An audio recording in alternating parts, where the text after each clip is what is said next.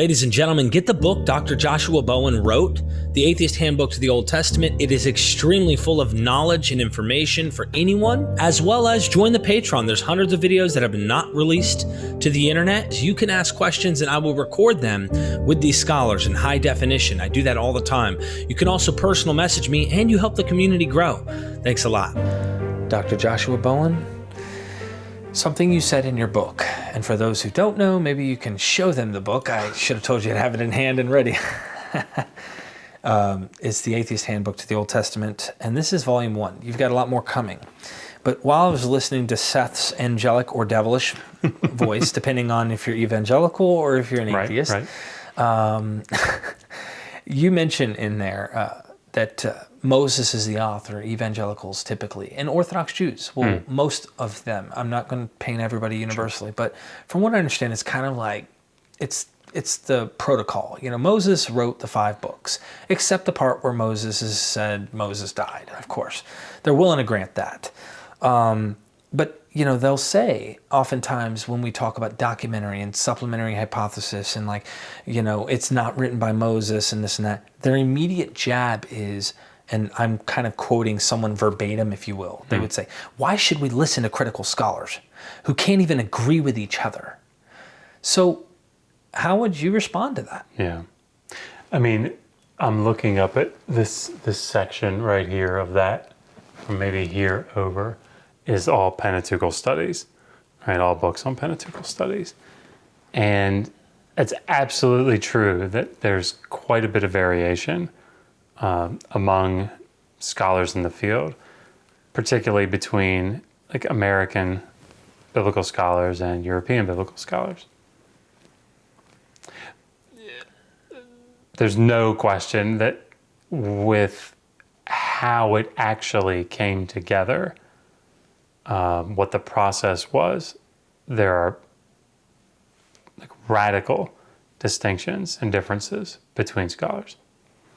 So somebody like Joel Baden, as we've talked about a number of times, and as he's talked about a number of times, would say there were 4 independent sources that were complete and brought together in the final canonical form. Whereas somebody like Conrad Schmidt or Thomas Romer or, you know, any other number of scholars would say, no, it's more like you've got major sections that were layered together, and then that had its own theological reworking, and layers were added to that, and you know, so it had this layering process as opposed to independent sources brought together. So then this charge of, well, now wait a minute, you know, these brilliant critical scholars that you're relying on, you know, they can't even agree on the way that it's supposed to be. And I guess I'm thinking sort of in the moment here of what kind of an analogy I would draw, and it would be something like doctors aren't entirely clear, it doesn't seem, on how much coffee you should drink, or like how much is good to drink for an average person. So I saw another article recently, it was like, well, if you drink like 3 or 4 cups, it can be good because it can have these benefits. But like, you know, some would say if you drink 5 or 6, that could be bad. And so it doesn't seem like there's, you know, complete clarity on that. And so different scholars, different doctors disagree on things like that.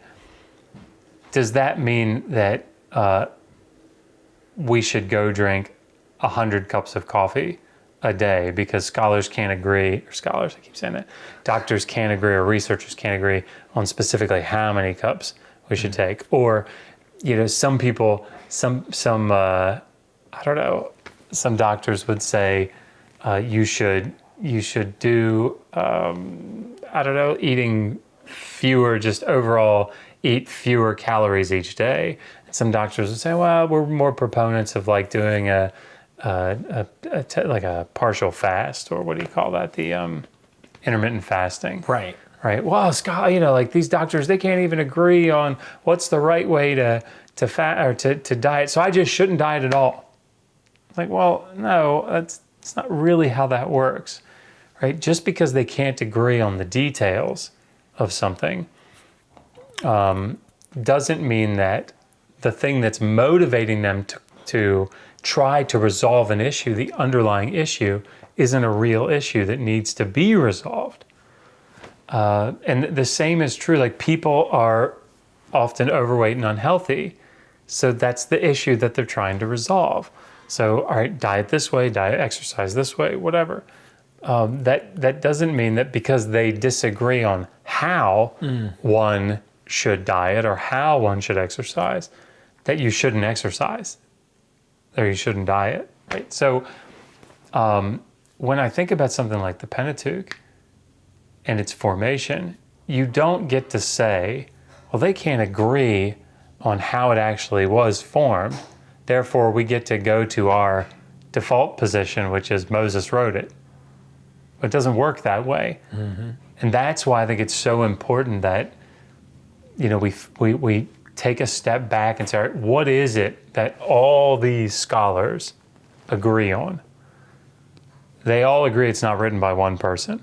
They all agree that multiple hands are involved here. They all agree that there are narrative inconsistencies and contradictions that drive them to try to figure out how did it come together. So, you know, while an apologist or a fundamentalist or anybody would, you know, might criticize critical scholars for saying they can't even agree amongst themselves on how it happened, that's true. What they can agree on is, in the other direction, we're all trying to figure this out because there's a problem with single authorship. It doesn't work. It's just what we have the data points, right? Everybody's got these biblical scholars. These critical scholars have the data points. All right, look, narrative inconsistencies, contradictions, whatever, duplicates, doublets. Those are the data points. How do we make them fit? And what so often sort of fundamentalist or evangelical scholars or even many Christian apologists will say is that they don't have those data points that they start with. They say, no, there aren't contradictions. No, they try to you know, either brush over them like I did, to say, well, you know, it seems like there are contradictions, but we know that God inspired Moses to write this, so we know they aren't deep down contradictions. Or you have apologists that will actually try to come up with reconciliations that are kind of weird. But it's not a justifiable reason to say that because we don't know specifically how this thing was formed or how it came together, that we can't know anything about it, and therefore we have to go back to our default position that we want, which is that Moses wrote the whole thing. Wow. Yeah, I totally agree with you. If you can't agree amongst yourselves, well, we're just going to stay where we're at. It's almost like they require you to know with certainty or else. And that's the thing about probability. I think when we're looking at this stuff, there's something not comfortable. You and me have talked about this as Christians. When we're there, there's something comfortable in knowing and just trusting. Yeah. But now that we're in the kind of out there in the land, you know, we're kind of looking and exploring. You find out how much you don't know. Yes. And it's kind of, to some people that could be scary, especially if you haven't figured that out yet. Yeah. I've kind of found relief in like not being certain and just being like, okay, you know what? Why did I have such certainty to begin with? Yeah. And I feel comfort in that. So it's nice to be able to be wrong, frankly. Yeah. And I said this somewhere recently, I don't remember where, that the big difference, I think, for me is that there's not, I was never waiting, or I'm not waiting any longer for a shoe to fall. Like I'm not afraid of the next archaeological excavation. I'm not afraid of the next paper that's going to come out or the next book that's going to come out, where they're, you know, presenting data that says, oh, we found X evidence for, you know, this archaeological site or something, because I don't have all the answers. And I don't need to. I mean, it would be nice to have all the answers, but since that's not realistic, I don't expect it. And therefore, I anticipate that as I go through life, people are going to learn more things, and that means I'm going to learn more things. And it doesn't threaten me or my position, because it's not a theologically motivated network of beliefs that need to be maintained. And when those things change, I don't have to somehow make them fit into my theological system. Thank you. Of course.